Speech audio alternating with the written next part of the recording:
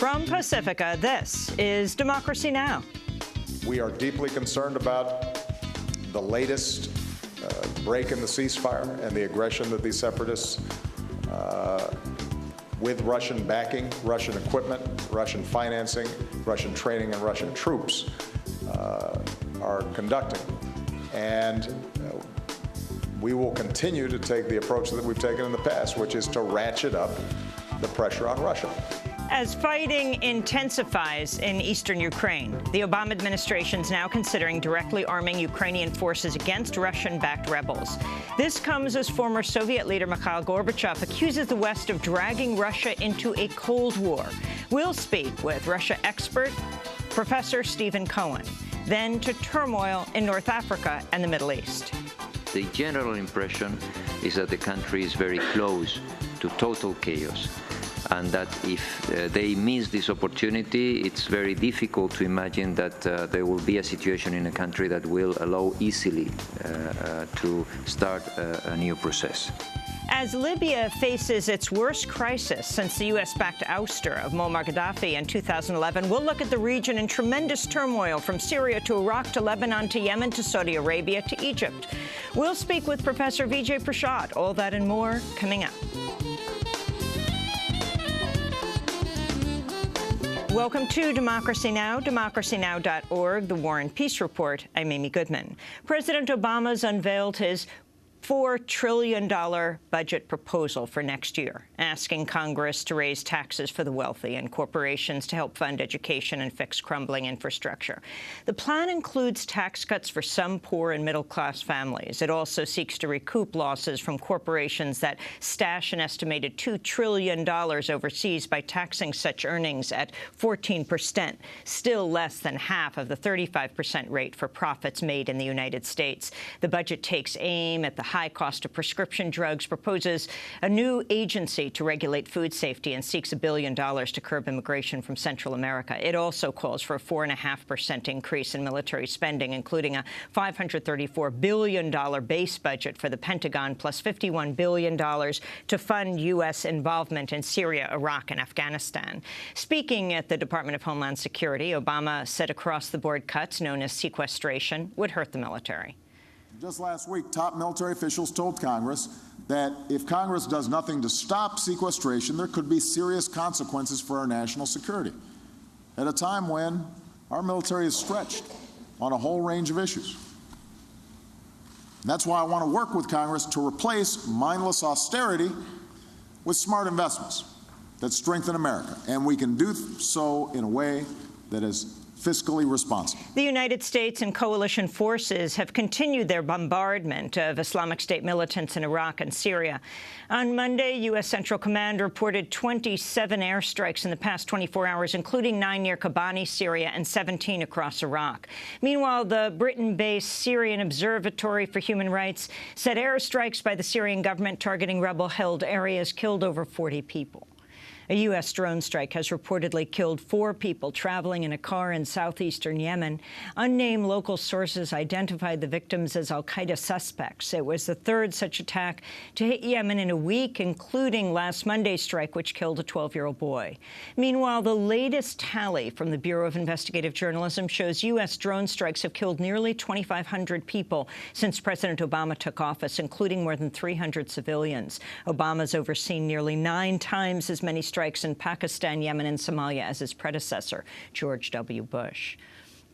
Greece's new Prime Minister, Alexis Tsipras, and his Finance Minister, Yanis Varoufakis, are each meeting with their Italian counterparts today as they continue to bring their anti-austerity message across Europe. Speaking in London Monday, Varoufakis sought to calm fears over the Syriza party's plans to renegotiate Greece's international bailout. My message to our German friends, and indeed to all Europeans, is that no hand will be overplayed, because we're not entering this in a confrontational manner. This is what journalists love to portray the situation as a kind of Wild West showdown. This is not it.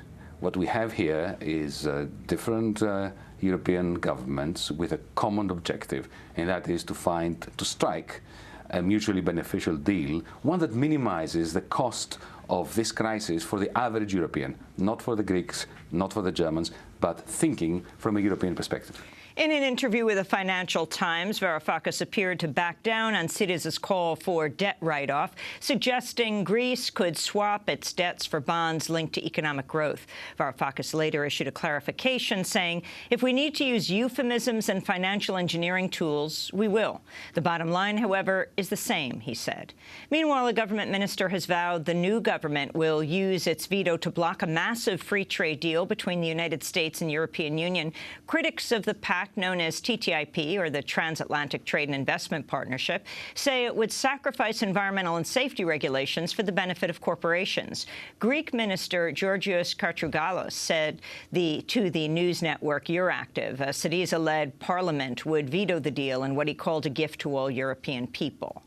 Syriza's victory in Greece has renewed an anti-austerity sentiment across Europe. Over the weekend, up to 100,000 people gathered in the Spanish capital of Madrid for a rally led by the leftist party Podemos, or We Can. Podemos has surged in Spanish opinion polls with a vow to undo austerity.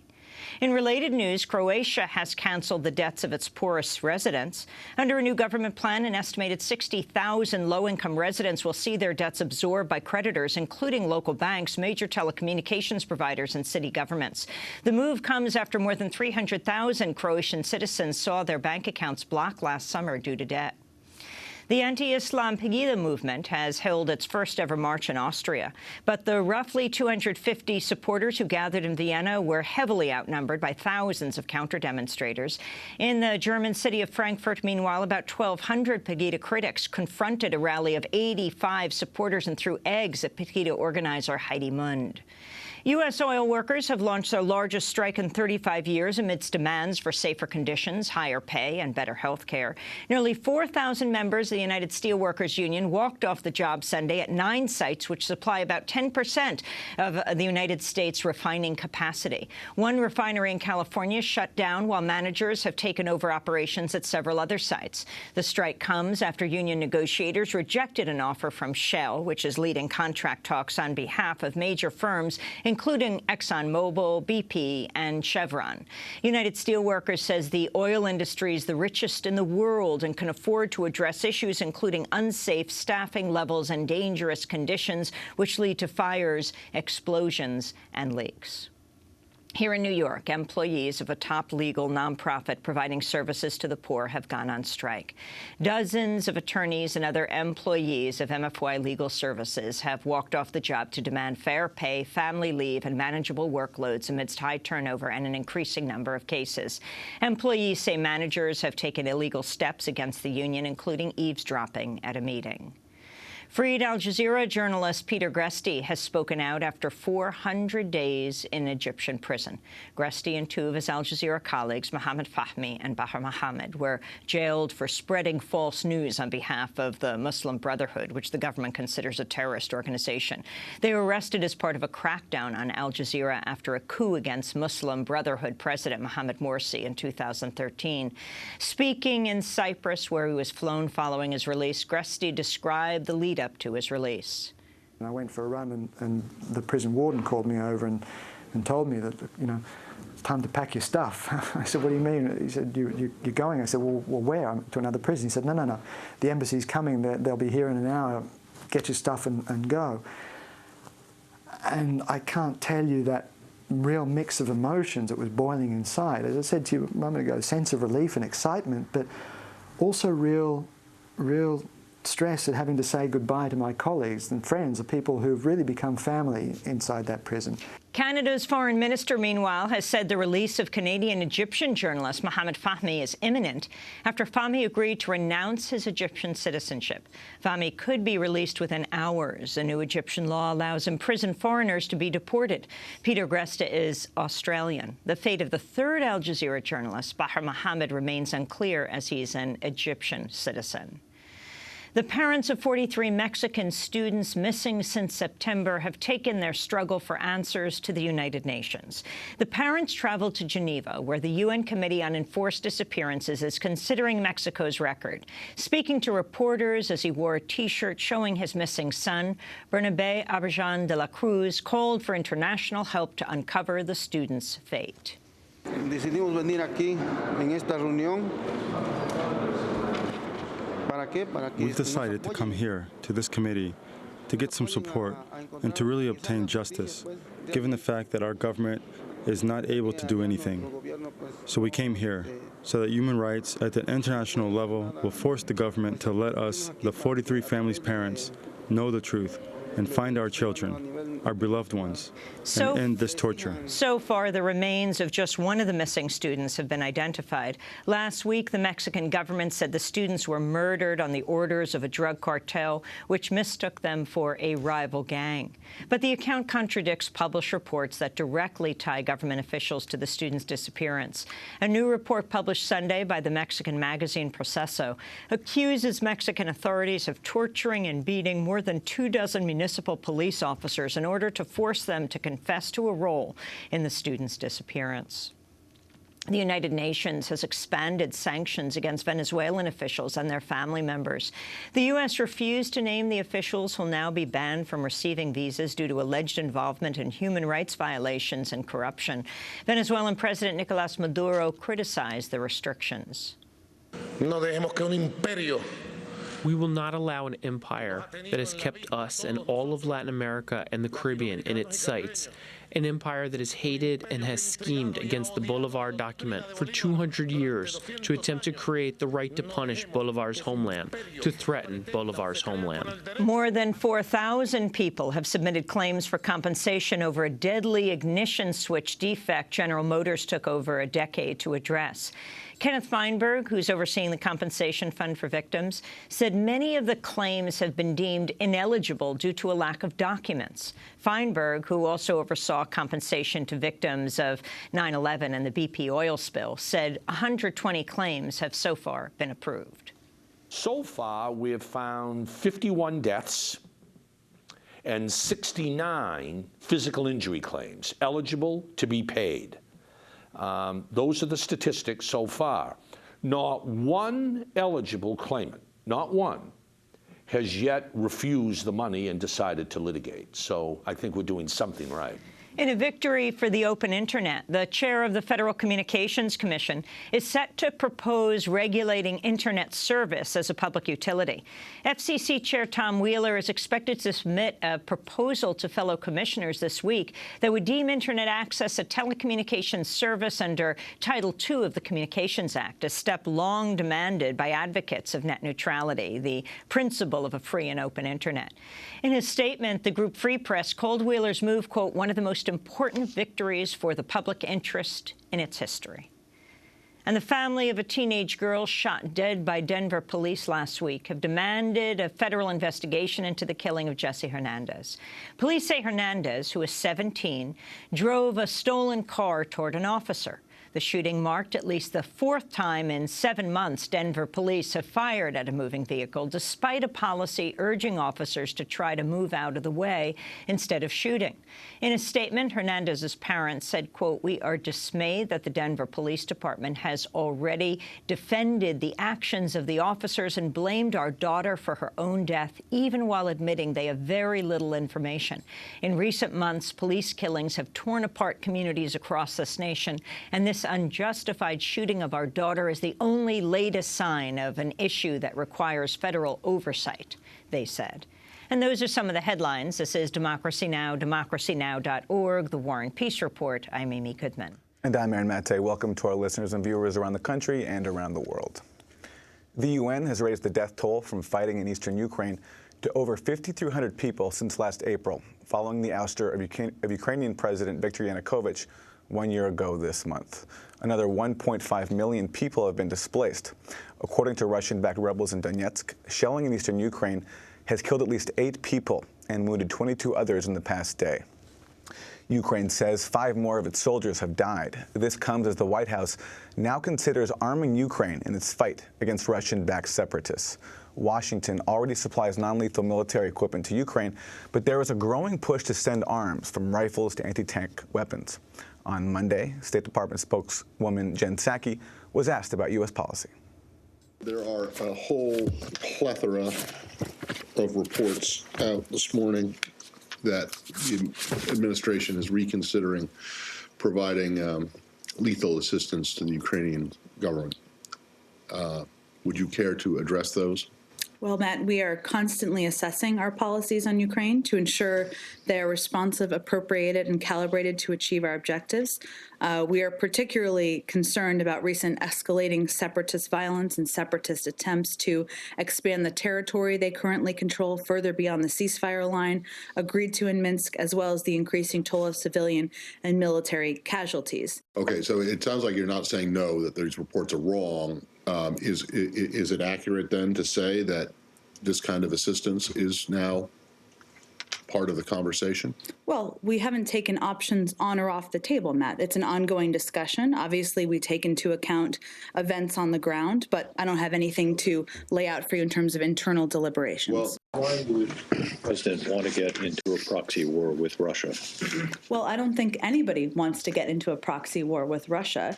And that is not the objective. Our objective here is to change the behavior of Russia. That's the reason that we've put the sanctions in place. We certainly want to help Ukraine, a sovereign government, thrive and go through this transition period. No decisions have been made. I'm talking about the fact that we, of course, preserve the right to consider a range of options. That's State Department spokesperson Jen Psaki. On Thursday, Secretary of State John Kerry will travel to Kiev to meet with Ukrainian leaders. Last week, former Soviet leader Mikhail Gorbachev accused the West of dragging Russia into a new Cold War. He said, quote, "If we call a spade, America's pulled us into a new Cold War, trying to openly implement its general idea of triumphalism. Where will it take us all? The Cold War is already on. What's next? Unfortunately, I cannot say firmly that the Cold War will not lead to the hot one. I'm afraid that they might take the risk," he said. On Monday, German Chancellor Angela Merkel said the conflict cannot be solved militarily. Germany will not support Ukraine with weapons. I am firmly convinced that this conflict cannot be solved militarily, and therefore we insist that, on the one hand, we will impose sanctions if necessary. We have done that jointly in Europe, and on the other hand, we will use all diplomatic means to resolve this conflict through talks, or at least alleviate it. To talk more about the crisis in Ukraine, we're joined by Stephen Cohen, Professor Emeritus of Russian Studies and Politics at New York University and Princeton University. His most recent book, Soviet Fates and Lost Alternatives, From Stalinism to the New Cold War, is out in paperback. Welcome to Democracy Now!, Professor Cohen. What's happening in Ukraine? What's happening in Ukraine? Gorbachev had it right. We're in a new Cold War with Russia. The epicenter of the new Cold War is not in Berlin like the last one, but it's right on Russia's borders, so it's much more dangerous. You and I have talked about this since February, I think. What I foresaw in February has played out, I regret to say. A political dispute in Ukraine became a Ukrainian civil war. Russia backed one side, the United States and NATO the other. So it's not only a new Cold War, it's a proxy war. We're arming Kiev. Russians are arming the eastern fighters. And I think, though I don't want to spoil anybody's day, I said to you in February this had the potential to become a new Cuban Missile-style confrontation with the risk of war. That's where we are now, and I think Gorbachev was right. There was a ceasefire reached in September. What's happened since then? Well, it was never honored in full, and the primary problem was, I mean, there were many provisions of the ceasefire which were supposed to stop the fighting in the east and lead to direct negotiations between the rebel government or fighters, we call them separatists. They weren't separatists when all this began, but now they're separatists. They don't want to live with Kiev any longer, but it was supposed to lead to negotiations. The main thing that happened is it required both sides to pull back their artillery, primarily Kiev, because Kiev was bombarding the capital cities of eastern Ukraine, Lugansk and Donetsk. That artillery was never pulled back. It was supposed to be 30 kilometers. How far back they pulled them, I don't know. But as you know, in the last week, those cities have been bombarded again. So the ceasefire was honored kind of marginally in the breach for a couple of months. But about a week ago, 10 days ago, the fighting escalated. Now there's a dispute because it eliminated the possibility of negotiations again. Who began the escalation? The State Department, you heard Psaki say it was Russia and Russian agents. Russia and the rebels say it was Kiev. But we're in a fog of war. That expression comes from World War I, I think, when there was so much misinformation, we didn't have email then, and it traveled more slowly, that the perception of what was going on was distorted, corrupted by news, and it led to war. The fog of war today derives from this, and it's worse because it moves so fast on social media news, is that you've got all this misinformation coming out of Kiev, out of Moscow, out of Washington, and for the three of us to sit here and say who threw the first punch 10 days ago is almost impossible. On Monday, three prominent U.S. think tanks, the Brookings Institution, the Atlantic Council, and the Chicago Council on Global Affairs, issued a joint report urging the United States to provide Ukraine $3 billion in military assistance over the next 3 years. Former Deputy Secretary of State Strobe Talbott co-wrote the report. He's now president of Brookings. In the context of what is happening in Ukraine today, the right way to characterize it is an act of war on the part of the Russian Federation. This means that there is going on in Ukraine today a literal invasion, it's not a proxy war. It's a literal invasion by the Russian armed forces. It's a literal occupation of large parts, well beyond Crimea, of eastern Ukraine, and it is a virtual annexation of a lot of territory other than just the Crimea. And in that respect, this is a major threat to the peace of Europe, to the peace of Eurasia, and therefore a threat to the interests of the United States, and I would say a threat to the chances of a peaceful 21st century. That's former Deputy Secretary of State Strobe Talbott, now president of Brookings. Your response? Well, he's much more than that. People need to drop their masks and say what their personal stake in this is. Strobe Talbott, whom I've known for years, was the architect of the American policy that led to this crisis. He was the Russia hand, as he called his memoir, under President Clinton, when the expansion of NATO toward Russia began. Understand what he said, and the roll out of this report has been coming. And if you look at the signatures, these are the leaders of the American War Party, the people who literally want a military showdown with Russia. Stop and think what that means. Stop and think what that means, as though Russia's going to back off. But the people who signed this report, and they've been bringing it out for days, are saying that he literally just said this, the future of the 21st century is at stake in Ukraine. Stop and think what that means. Then he went on to say things that are fundamentally untrue, that Russia has invaded and annexed eastern Ukraine. I mean, when the State Department was asked a few weeks ago, can you confirm the presence of Russian troops in eastern Ukraine, the State Department, which misleads about this story all the time, said, no, we cannot. So this is what I'm talking about, the fog of war, where we're being told Russia's annexed eastern Ukraine, the stake of the world is the future of the world is at stake here. And basically, they're calling for war with Russia. We're going to continue this discussion in a minute. We're talking with Professor Stephen Cohen, Professor Emeritus of Russian Studies and Politics at New York University and Princeton University. We'll be back with him in a minute.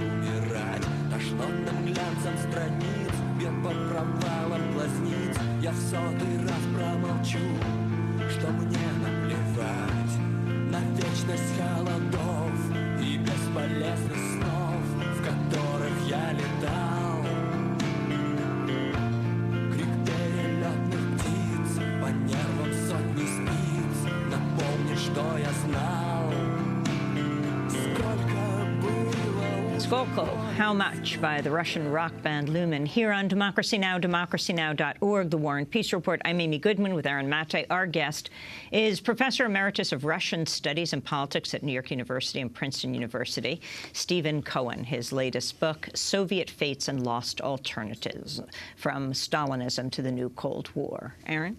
Yeah, so on this issue of Russian involvement in Ukraine and NATO's expansion, I presume you acknowledge that Putin is destabilizing Ukraine. He sent in weapons, he sent in tanks, he sent in some troops in some form.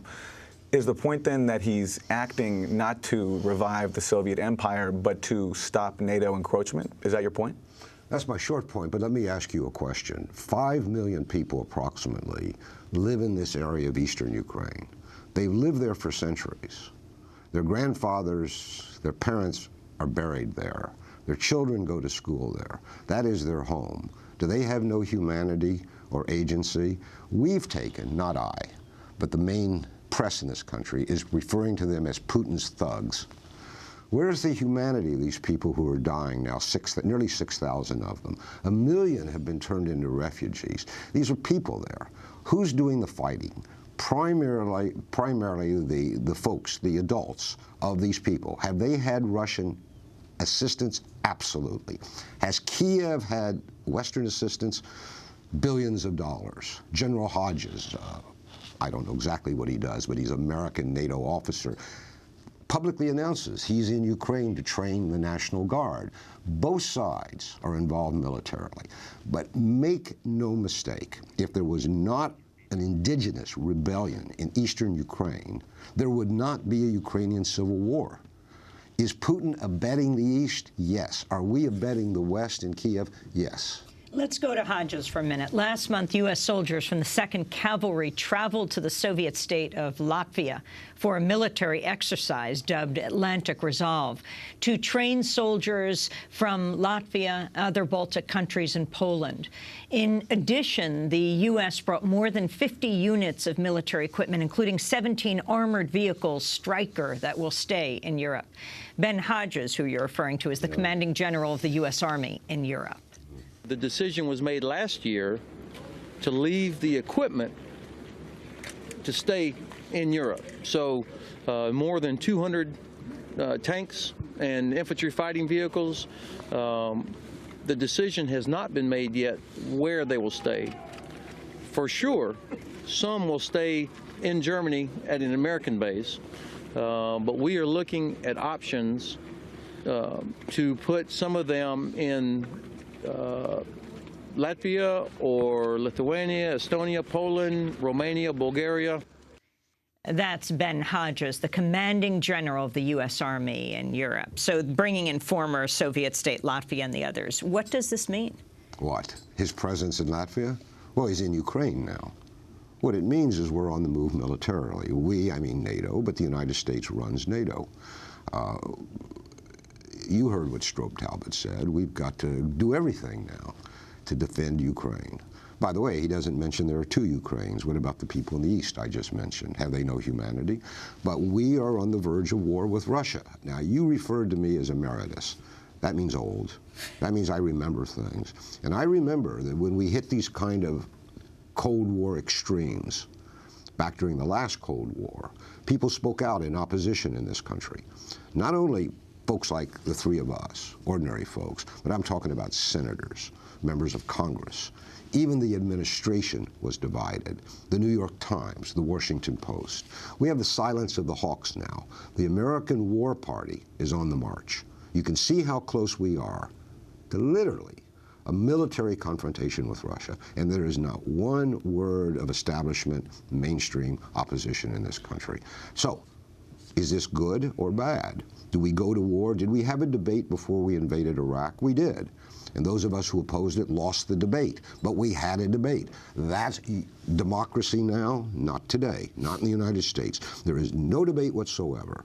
So the danger is great. There is no opposition. All these people you're showing, Strobe Talbot, General Hodges, anybody else you put on the screen, because only they speak to the American people, they're on the march. What is driving this policy on the part of the U.S.? Many people who took part in the Cold War are no longer in power. Are they seeking to revive that era? Is it a matter of expanding NATO or confronting Putin because they don't like him? What is the driving force here? All of the above, I think. I don't know. I'm not smart enough to tell you. Historians will look back, assuming there are historians to look back, because both sides are now mobilizing their nuclear weapons as well. Russia's already said that if it is faced with overwhelming force on its borders, it will use tactical nuclear weapons. They're small, but they're nuclear weapons. When is the last time you heard a great power say that?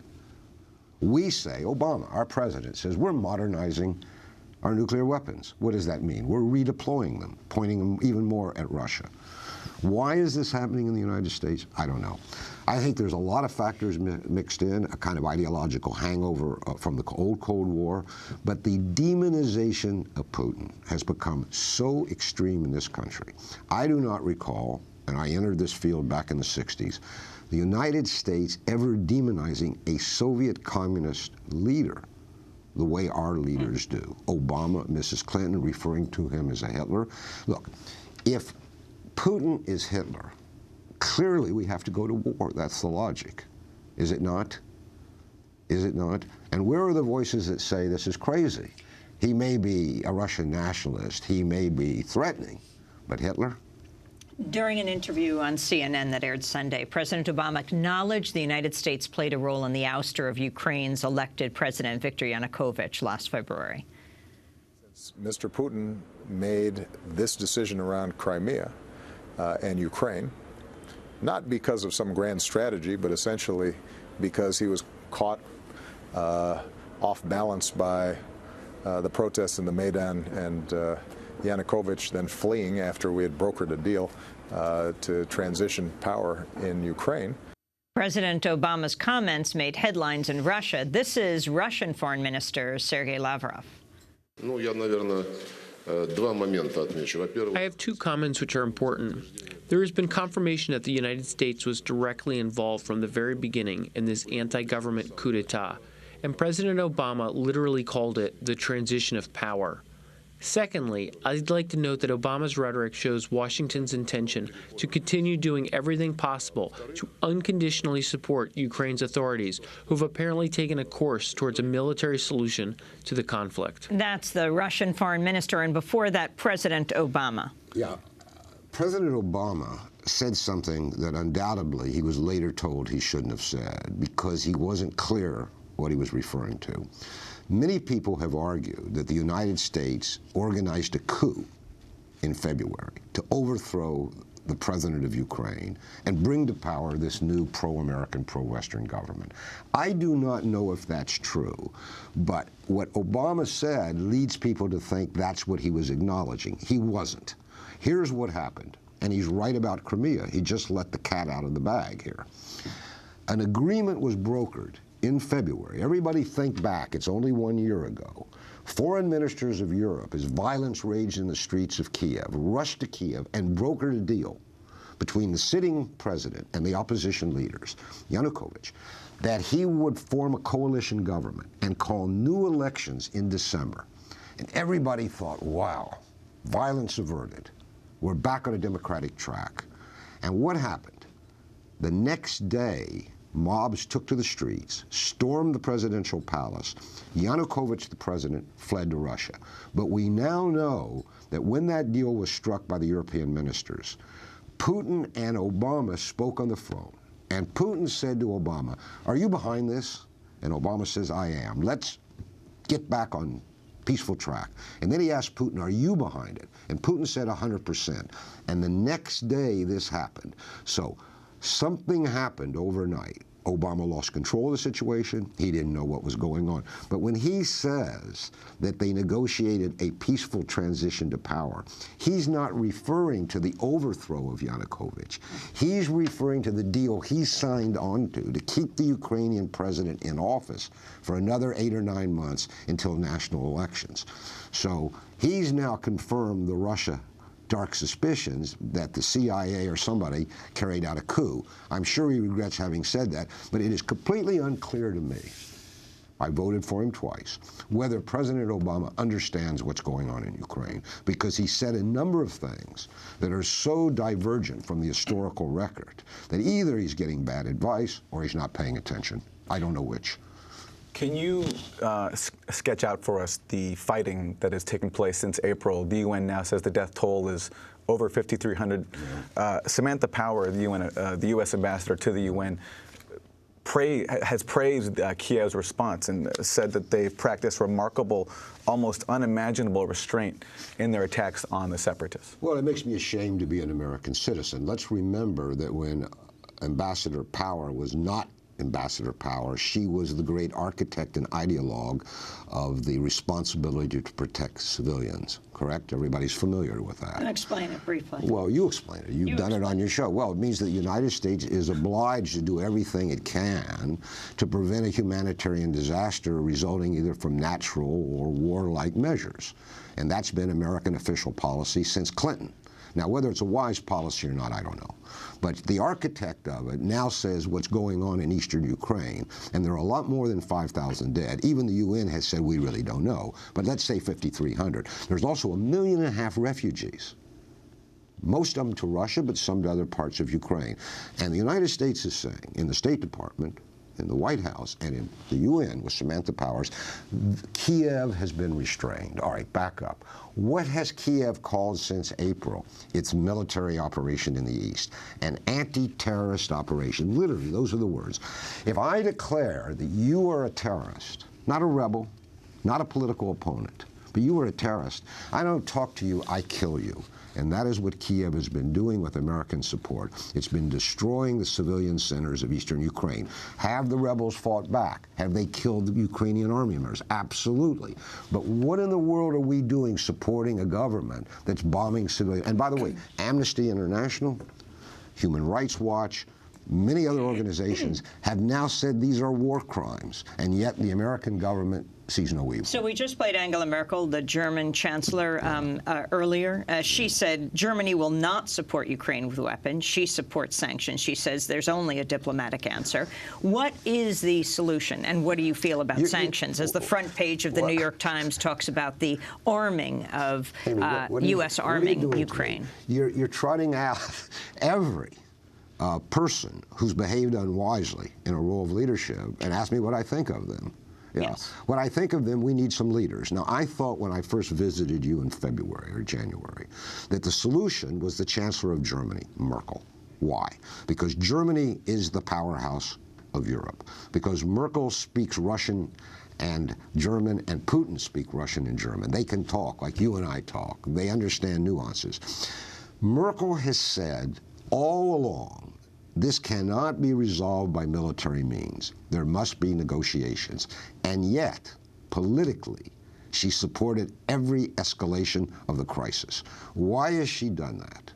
Because she was, and maybe she still could be, the key figure here. And she's coming to the White House Monday.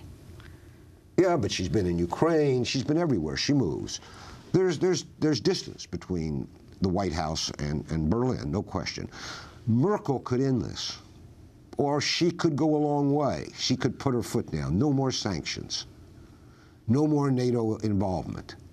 Stop and think who she is. The only solvent country in Europe. And look what's going on in Greece. I mean, they may leave the EU. By the way, if the UK leaves the EU in May, when is the referendum, who will run Europe? Germany. And Germany's attitudes toward Russia and China are fundamentally different than Washington's attitude. So we may be observing here, below the radar, not only the split of Europe, but the drift of Germany and the part of Europe that follows Germany away from the United States. Everything is at stake in this civil war. How to get out of it? It's the same solution we talked about here on this broadcast months ago. A ceasefire. Withdrawal of artillery so the cities of Donetsk, where the rebels are not being bombarded. Kiev's willingness to sit down at a table about this size, under the auspices of the great powers, and talk to the rebels. What home rule will they be given? Some kind of federalism, some kind of devolution of authority? The governors of the regions of Ukraine are appointed in Kiev. Our governors aren't appointed in Washington. We elect them. There's no federalism there. Everybody says federalism means a Russian takeover, but Germany has a federal system, Canada has a federal system, we have a federal system. They're hard, but it can be done. But you know how you get this? You get through leadership. Where's the leadership? Where's President Obama? Where's Chancellor Merkel? And the leadership in Ukraine, I mean, Poroshenko, he's the president of the country. He has no power. He has no power. He's not the leader. The power is with the people in Ukraine who control the fighting battalions and what's left of the army. So we don't even know what kind of regime or leadership is possible in Kiev now. Well, Professor Stephen Cohen, we will continue to cover this. We thank you very much for being with us. Professor Emeritus of Russian Studies and Politics at New York University and Princeton University. His most recent book, Soviet Fates and Lost Alternatives, From Stalinism to the New Cold War, is out in paperback. And we'll link to your recent writings on Ukraine at nation.com. This is Democracy Now!, democracynow.org, The War and Peace Report. When we come back, Professor Vijay Prashad on the Middle East, what's happening from Libya to Saudi Arabia. Stay with us. مرحبا يا عراق جئت أغنيك وبعض من الغناء بكى فجراح الحسين بعد جراح وبصدري من الأسى كربلاء فجراح الحسين بعد جراح وبصدري من الأسى كربلاء مرحبا يا عراق كيف العباء وكيف المها وكيف الظباء مرحبا يا عراق هل نسبني بعد طول السنين صبرا أكل الحب من حشاشة Mahaba Iraq by Shababed. This is Democracy Now!, democracynow.org, The War and Peace Report. I'm Amy Goodman with Aaron Matte. From the crisis in Ukraine, we turn now to turmoil across North Africa and the Middle East. And like in Ukraine, American policy, past and present, has played a major role in sowing conflict and unrest. Libya faces its worst crisis since the U.S.-backed ouster of Muammar Gaddafi in 2011. The country is run by two different governments, each with their own parliaments and armies. In between are several other militant groups, including a branch of the Islamic State that took credit for a deadly attack on a Tripoli hotel last week. The UN mission in Libya is trying to hold unity talks between the two main warring factions. The UN mission chief recently warned Libya faces total chaos if the talks fail. The general impression is that the country is very close to total chaos, and that if they miss this opportunity, it's very difficult to imagine that there will be a situation in a country that will allow easily to start a new process. In neighboring Egypt, at least 18 civilian protesters were killed late last month while marking the 4th anniversary of the revolution that ousted Hosni Mubarak. It was the worst killing of protesters since General Abdel Fattah al-Sisi became president last June. Sisi's regime has banned protests, continued to crack down on political opponents. The U.S. renewed U.S. military aid last year after a brief pause following the 2013 coup. On Monday, an Egyptian court confirmed the mass death sentences of nearly 200 supporters of the Muslim Brotherhood, the party ousted President Mohamed Morsi. The crackdowns extended to journalists. On Monday, Al Jazeera reporter Peter Gresta spoke out from Cyprus after being released from prison and deported. Gresta had spent 400 days behind bars with 2 Al Jazeera colleagues.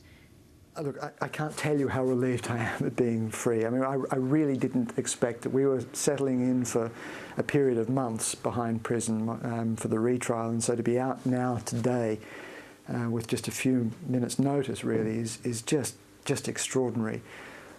But I also feel incredible angst about my colleagues, leaving them behind.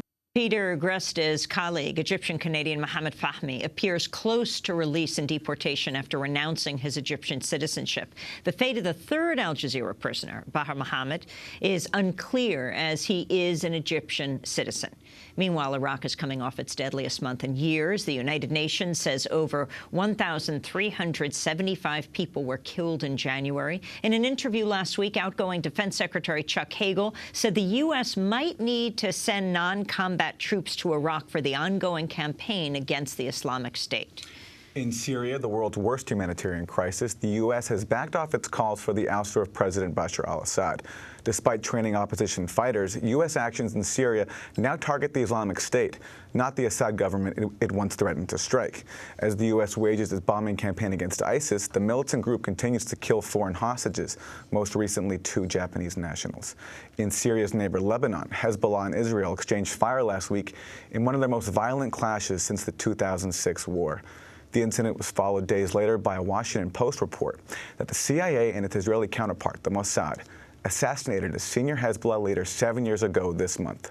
The killing of Imad Mughniya raises a number of legal issues, as well as the potential for reprisals from Hezbollah. 7 years after that joint assassination, relations between President Obama and Israeli Prime Minister Benjamin Netanyahu are reportedly at their lowest point to date. White House officials have criticized Netanyahu for a planned trip to the U.S. next month to address a joint session of Congress on Iran. To the south, President Obama led a large delegation to Saudi Arabia last month following the death of King Abdullah. Obama's trip was seen as a major display of U.S. support for the Saudi kingdom, despite its poor record on human rights at home and abroad. In an interview on CNN, President Obama defended the U.S. partnership with Saudi Arabia and his decision not to raise human rights concerns during his trip. Sometimes we have to balance our need to speak to them about human rights issues with immediate concerns that we have in terms of countering terrorism or dealing with regional stability. To the south of Saudi Arabia is Yemen, where uncertainty prevails following the resignation of President Abdul Hadi last month. Houthi rebels have controlled the capital Sana'a since launching an offensive in September. They've set a deadline of today to seize power unless the political crisis is resolved. The Houthis appear to have major backing from Ali Abdullah Saleh, the longtime U.S.-backed president ousted by the popular uprising in 2011. Amidst the crisis, the U.S. continues a drone war inside Yemen targeting al-Qaeda in the Arabian Peninsula, AQAP, which has grown deadlier in recent years and took credit for the Charlie Hebdo massacre in Paris. Well, to discuss the state of the Middle East and the U.S. role in ongoing conflicts, we're joined by Vijay Prashad, a professor of international studies at Trinity College, author of several books, including Arab Spring, Libyan Winter, and most recently, The Poorer Nations, A Possible History of the Global South. His new piece for The Hindu is called The Architects of West Asia's Chaos. Professor Vijay Prashad, welcome to Democracy Now! Why don't we talk about Israeli Prime Minister Benjamin Netanyahu coming to not the White House, not invited by the White House, but represented by the opposition to the White House in Congress, the House Speaker, John Boehner. He's going to be addressing a joint session of Congress. Well, I mean, this has been a drama for several years, the so-called Netanyahu-Obama clash. This is not the first time that Prime Minister Netanyahu has decided to snub U.S. President Obama. This is not the first time that the Republicans have invited him to speak in Congress against the wishes of the White House. But I think there's a little too much being made of this particular event, and a little too little at the same time. It's a little too much because I think there's been, over the course of the last several months, a return to a sort of a stable set of alliances that the United States has had for decades. In other words, lining up again with its major allies, Israel, Saudi Arabia, and now Saudi Arabia and American-backed Egypt. These pillars of stability have asserted themselves in the region. It's no secret that Mr. Obama has put a lot in terms of working with the Saudis in the region. So I think in that sense, too much is made of the clash with Netanyahu. There is a stability of U.S. and Israeli interests, and they're going forward together on the ground. There's too little made of this because, unfortunately, this kind of clash that Mr. Netanyahu is setting up is going to bring up the problem of solving the dispute with Iran. To my mind, there is no way forward in the Middle East unless there is some rapprochement with Iran, not only from the United States, but also Saudi Arabia. And so Mr. Netanyahu's high-stakes game coming to the U.S. Congress is going to muddy the attempt to create some rapprochement for one of the major contradictions in West Asia. And going to Israel's north, to Lebanon, can you talk about this violence that erupted last week? 2 Israeli soldiers, 1 Spanish peacekeeper were killed. And then days later, this revelation that the U.S. and Israel collaborated on a 2008 assassination of a senior Hezbollah figure in Damascus, in Syria. Well, Aaron, the problem in Syria has been grave. Over 200,000 people dead, much of Syria destroyed, no sign of a political solution, increased audacity by the Islamic State and by Jabhat al-Nusra and other al-Qaeda-backed groups inside Syria. In this context, over the past almost 2 years, Israel has repeatedly struck against Hezbollah targets inside Syria. There was a strike late last year in Damascus airport of an apparent load of rockets that were coming in to resupply Hezbollah, perhaps from Iran. Just a few weeks ago, in the Kenitra area, up in the mountains in Syria, Israel struck a car, killing an Iranian general and a 20-year-old Hezbollah fighter by the name of Jihad Mughnieh. When this attack happened, Hezbollah chief Hassan Nasrallah gave a speech saying, Hezbollah is going to respond now, finally, after so many provocations. And so what Hezbollah did was they didn't attack across the blue line, which is the UN-mandated border between Israel and Lebanon, but they attacked in the Sheba Farms, which is an area of Lebanon that Israel has occupied. In other words, it was a calculated attack inside the Sheba region. Israel responded across the blue line, killing a Spanish peacekeeper. But within hours of the retaliation from Israel, Hezbollah contacted the UN peacekeepers and said that they are done with their attack on Israel, and now the status quo can come back. In other words, there have been provocations, but in a sense, Hezbollah has been fairly disciplined in its retaliation. Nobody wants a war at this time between Hezbollah and Israel. It would complicate matters too greatly in the region. As it is, Jabhat al-Nusra is sitting at the borders of Lebanon, threatening to enter, threatening to create more chaos in that country. So nobody wants a war. Fortunately, this particular episode ended, with, well, not peace, but the calm that was there before. Of course, it wasn't a very good thing that right after that, what was revealed by the Washington Post and by Newsweek essentially validated what people in Hezbollah had known for a long time, which is that the father of the boy, the 20-year-old killed in Kenitra, Jihad Mughnieh, his father, Imad Mughnieh, a major military chief of Hezbollah, had been killed in a massive car bomb in 2008 in Damascus, a bomb that was positioned by the Americans. It was triggered by the Israelis. This is not the first major car bomb that the Americans have used against Hezbollah. That was perhaps in 1985 in the attempted assassination of Hezbollah's spiritual leader, Mohammed Fadlallah. That was in Beirut in 1985. Fadlallah survived that attack, but 80 civilians died. So there has been a pattern of provocation, and fortunately for now, this has not escalated into full-blown war. But the issues that this raises, the U.S. using a car bombing in a country where it's not at war, in Syria 7 years ago. Can you talk about the legal issues here, and also do you see the potential for reprisals from Hezbollah?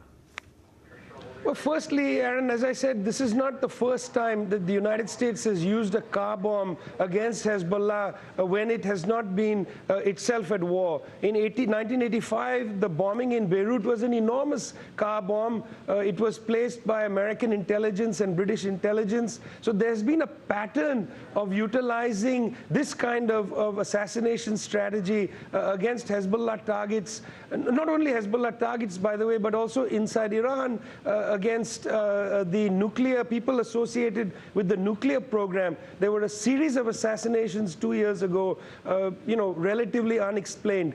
This has, of course, got major legal ramifications. The United States was not at war. The United States utilized Jordan, the Kingdom of Jordan, to have the car bomb driven through. It associated with Israel in this strike. Of course, there is a different standard for the goose and a different standard for the gander. There has been no real international, questioning of what has happened. There's been no real outrage. I'm not surprised that at the Security Council, this question wasn't raised about using, this kind of violence. Meanwhile, in 2005, Mr. Hariri was killed inside Beirut, major politician, in Lebanon, and there's been a huge UN process of trying to uncover who killed Mr. Hariri. Here, CIA officials are directly saying that they conducted an assassination in Damascus, and there's been absolutely no condemnation of it. Professor Prashad, we only have 2 minutes, and we wanted to deal with President Obama's trip to Saudi Arabia, the U.S. relationship with Saudi Arabia, and Yemen and Libya. Start with Saudi Arabia very quickly and move on from there. Well, the United States has begun to put a lot of eggs into the Saudi basket, hoping that Saudi Arabia is going to help stabilize the situation vis-a-vis the Islamic State, stabilize the situation in North Africa. I personally think this is a very myopic approach. I think the approach should be to create rapprochement between the different parties to the various conflicts, to bring Saudi Arabia and Iran together. But on the other hand, I think the Obama administration is, trying to play both sides against the middle, on the one side giving Saudi Arabia complete carte blanche, and on the other side, I suppose, keeping the talks with Iran going at a very mute level.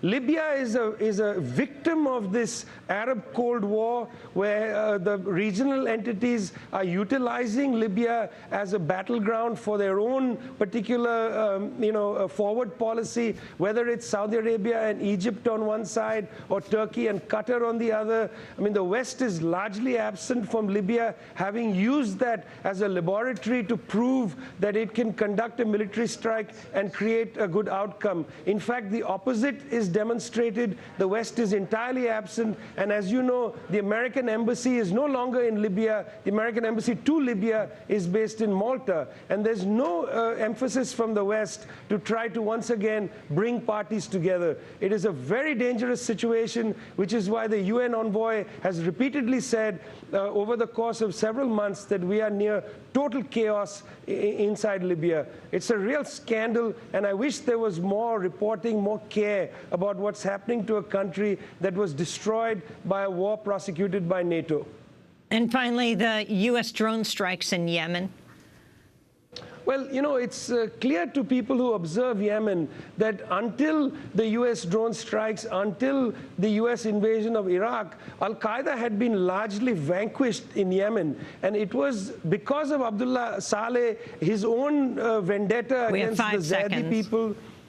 Well, to put it like this, the drone strikes don't seem to be having the kind of impact that the government says they have. They seem to be having the opposite impact. It's too bad that there's been no reassessment of the strategy of assassinating people and meanwhile killing Vijay Prashad, we thank you for being with us, Professor of International Studies at Trinity College. I'm Amy Goodman with Aaron Maté.